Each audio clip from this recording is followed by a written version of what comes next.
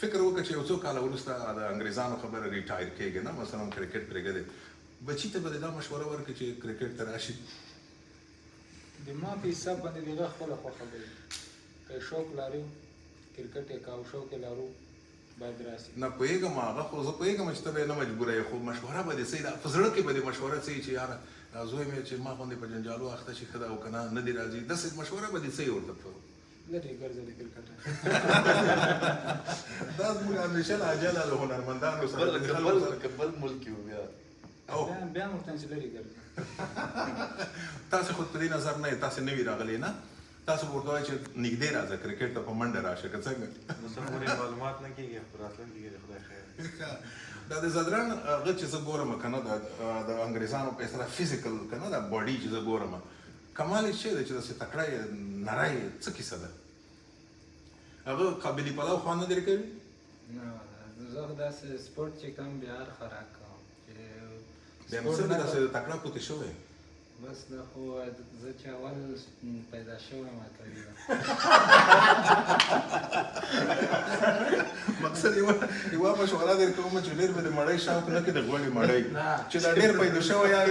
اخر به داسې شای شي چې پلیار به نه شي تلای نه صاحب نه دا د خوست خلک ما کتلي داسې جام کې نه سوچه غوړي داسې وایي ته ورته وایې نو په دلیل پوهېږي ولې ما پلار هم داسې و غوړي به یې خوړل که څه نه په غوښه به مرور شو چې غوښه یې رانه کړه دلیل یې دا و چې هلته خو خلک په غرو کې ګرځي مثلا قلبه کوي یوې کوي منډې وایي څه شی کې که نه هغه فزیکي هغه یې دومره وي چې هغه ډوډۍ ازمایي په اسانۍ نو که چېرته داسې وي چې اروپایي ژوند وي مثلا موږ هم د ډوډۍ سره دا اوس مې سهار چای څښلی دی او تر اوسه 10 ساعته وشول او دلته چا داسې غلی غوندې سات راته وکړه ما لیکاش کې داسې ټینګ سات یې راته کړی د پښتنو تا نه ښیم شاته هم یخي دی دا چې ناروغي خلاصه شي بیا دا د سات خبره رښتیا ودرېږه د نه پوښتنه وکړم د سات خبرې سره موږ په دې غرب ته که نه دلته چې وخت مو ډېر تېر کړ په عذاب ورسره وږی به وي او چا به سات نه درته کاوه ځکه دلته سات نه دی رواج که نه خپله به ورته وایي چې راکړه ډوډۍ راکړه په دغسې حالاتو کې خو به ته دې شي کې محروم به نه یې که نه د ډوډۍ نه کله نه داسې ده که نه چې کله د لوکل لایف نه پروفیشنل لایف ته ځې که نه هلته بیا سړی دومره نور هم سره یعنې چالاکه کېږي نو هغلته بیا خپله چالاکي مهمه ده که نه او ته څنګه د چالاکۍ کې خو ته هم چالاک یې زه دې چې ګورم دغه چالاکیو کې د وس رسېږي که کله کله ګیر راشي نه نه نه زه چالاکه نه یم که نه یا الله ودرېږه دې سړي ته پوښتنه وکړم چالاک دی که نه نه نه زه خو چې هر چا مخکې څه ایښي ورسره کښېنم ته دا یې خلاص مطلب ترې خوري که نه دا یې په بل چاند خرچېږي خپل سر بس ما سره چې نن نه ویم سبا بیا خدای شته یو کار بل هم پکې ده ماشاءالله ډېرې غټې غټې وایي کمه بیخي نه وایي باټې ولیکه څنګه څه وایي درته نه ګپ لګي مثلا څه یو مثال خو کپتان دي چې سره کمی خو لوبغاړي به هماغه 1-0 خوند یې درکړه ښه د هغه پوښتنه مې درنه کوله ته ماته داسې په دغه ټولو کې داسې ټوکي او شوقي سړی ښکارې داسې کله کله پټې پټې سندرې مې اورې که نه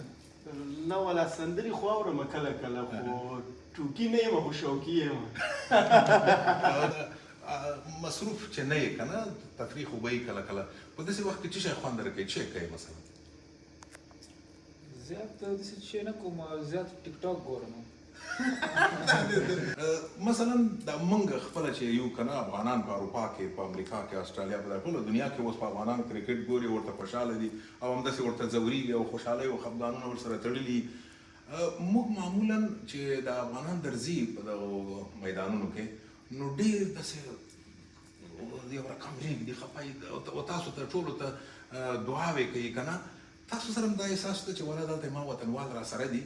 او دوی حتما تاسو لپاره ډېر خوشحاله دي دغه احساس در سره یې که کله درنه هېر شي بالکل کله هم چې موږ چیرې ځو میچونه کوو نو ظاهره خبره ده هېوادوال ډېر راځي موږ سره بالکل دغه احساس وي چې موږ دا میچ وګټو او وطن ته بیا ویاړ وبخو خو بهرحال دا کرکټ ده هېڅ هم نه کې ویل کېږي کله چې دواړه ټیمونه راځي هغه هم ګټې ته راځي موږ هم ګټې ته راځو موږ خپله خواري پوره کوو بهرحال کله کله یو نیمګړتیا په منځ کې راشي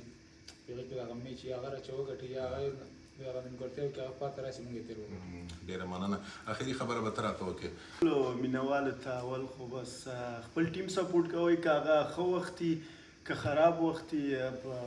لوبه کې ښه وخت هم راځي خراب وخت هم راځي. ډېر ښه میچونه کړي هم دي ټول لوبغاړو، همدا لوبغاړي دي چې وطن ته خوشحالي راولي، کله به یې بایلي کله به یې ګټي. نو تاسو نه مې دا خواهش دی چې دوی ټول سپورټ کړي. مننه. او په دې هیله چې دا د خوشحالۍ خبرې ډېرې وي ستاسو په دې کار کې او افغانان خوشحاله وساتئ. تاسو ته خوشحالي غواړم او همیشه دې خوشحاله وئ، تکړه دې وئ.